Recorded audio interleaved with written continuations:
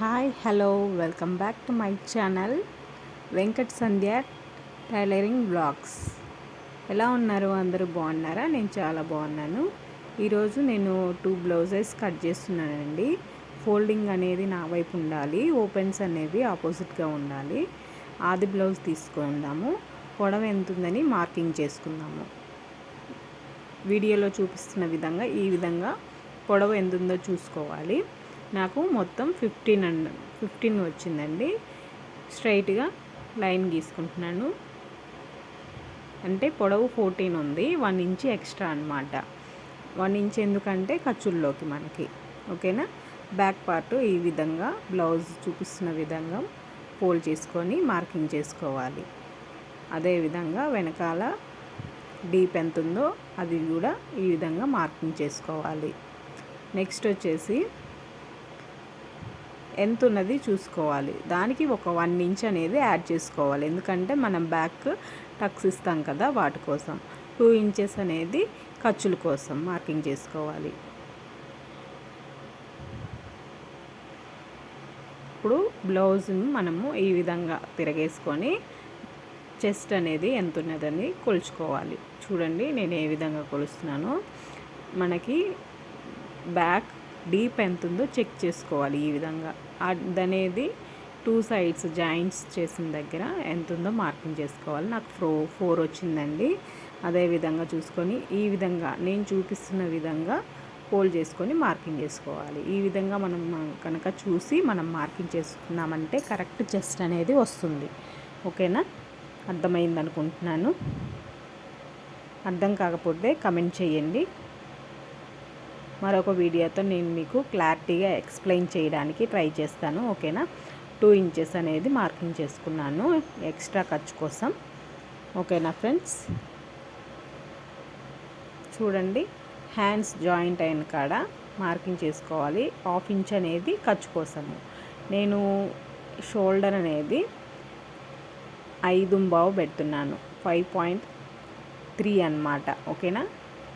చంక డౌన్ ఈ విధంగా బ్లౌజ్లో నుంచి తీసుకున్నాను. నాకు ఇక్కడ మనము వీడియో అనేది స్కిప్ అయిందండి.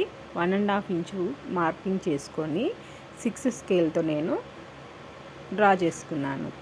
నాకు చంక లూజ్ అనేది కరెక్ట్గా మ్యాచ్ అవ్వలేదు. దానికోసం ఒక 1/2 ఇంచ్ కిందికి డౌన్ చేస్తాను. ఇది నెక్ డీప్ 10 వచ్చేసిందండి. డీప్ నెక్ బ్లౌజ్ ఇది కనుక నేను షోల్డర్ అనేది 3 పెట్టుకున్నాను. నెక్ మాత్రం 2 ఇంచెస్ పెట్టుకున్నాను. కింద మాత్రం 2.5 పెట్టాను డీప్ కోసము. ఓకేనా? అర్థమైంది అనుకుంటున్నాను. అర్థం కాకపోతే నాకు కమెంట్ చేయండి, నేను ఎక్స్ప్లెయిన్ చేయడానికి ట్రై చేస్తాను. ఈ విధంగా 6 స్కేల్ తోటి రౌండ్ అనేది మార్కింగ్ చేసుకోవాలి.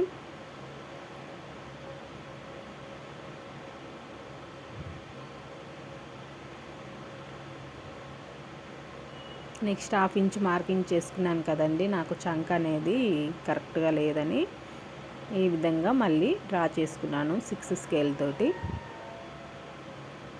ఇది బ్లౌజ్ బ్యాక్ పార్ట్ అండి. ఓకేనా? ఒకసారి బ్లౌజ్ తోటి చూపిస్తాను చూడండి, మార్కింగ్ ఎట్లా సరిపోయిందా లేదా అనేది.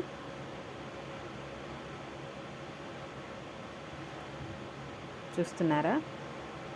నా హ్యాండ్ అనేది కనిపించట్లేదు. ఓకేనా? మార్కింగ్ చేసింది కరెక్ట్గా సరిపోయిందండి.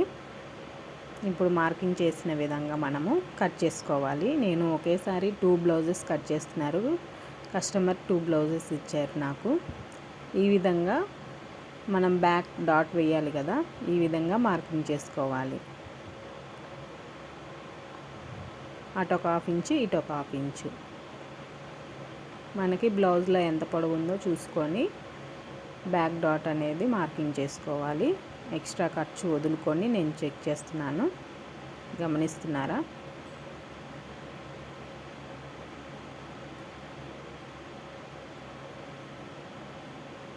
అర్థమైంది అనుకుంటున్నాను ఫ్రెండ్స్. అర్థం కాకపోతే నాకు కమెంట్ చేయండి, నేను మళ్ళీ ఒకసారి ఎక్స్ప్లెయిన్ చేస్తాను మీకు మరొక వీడియోతోటి. నా వీడియో కనుక నచ్చినట్టయితే లైక్ చేయండి, షేర్ చేయండి, నా ఛానల్ని సబ్స్క్రైబ్ చేయండి. చూడండి ఈ విధంగా మార్కర్ వీళ్ళతోటి నేను మార్కింగ్ చేస్తున్నాను. ఎందుకంటే చూడండి ఈ విధంగా మార్కర్ వీళ్ళతోటి బ్యాక్ డాట్ కూడా నేను ఈ విధంగా మార్కింగ్ చేసుకుంటున్నాను. ఎందుకంటే నేను 2 బ్లౌజెస్ ఒకేసారి కట్ చేస్తున్నాను కదా, అందుకోసం ఈ విధంగా బ్యాక్ సైడ్ కూడా మనకి మార్కింగ్ అనేది పడుతుంది. అదేవిధంగా మనము స్టిచ్చింగ్ చేసేటప్పుడు మనకి చాలా ఈజీగా ఉంటుంది. అందుకోసము ఈ మార్కర్ వీరల్ చాలా బాగా ఉపయోగపడుతుంది. ఓకేనా.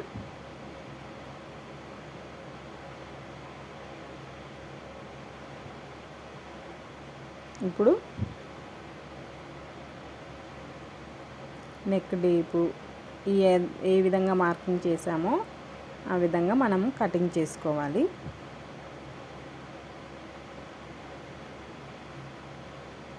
చూస్తున్నారు కదా.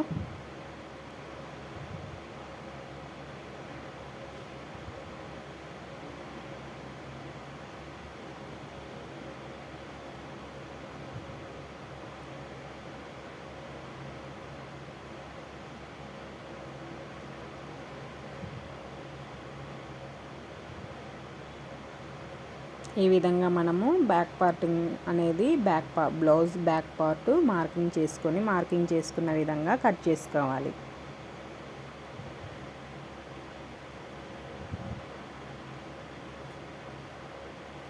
ఓకేనా ఫ్రెండ్స్, వీడియో నచ్చింది అనుకుంటున్నాను. ప్రతి ఒక్కరికి నచ్చితే కనుక లైక్ చేయండి, షేర్ చేయండి, నా ఛానల్ని సబ్స్క్రైబ్ చేసుకోండి.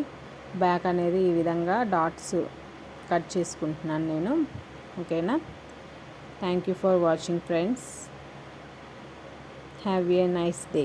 Thank you. మరొక వీడియోతో మీ ముందుకు వస్తాను.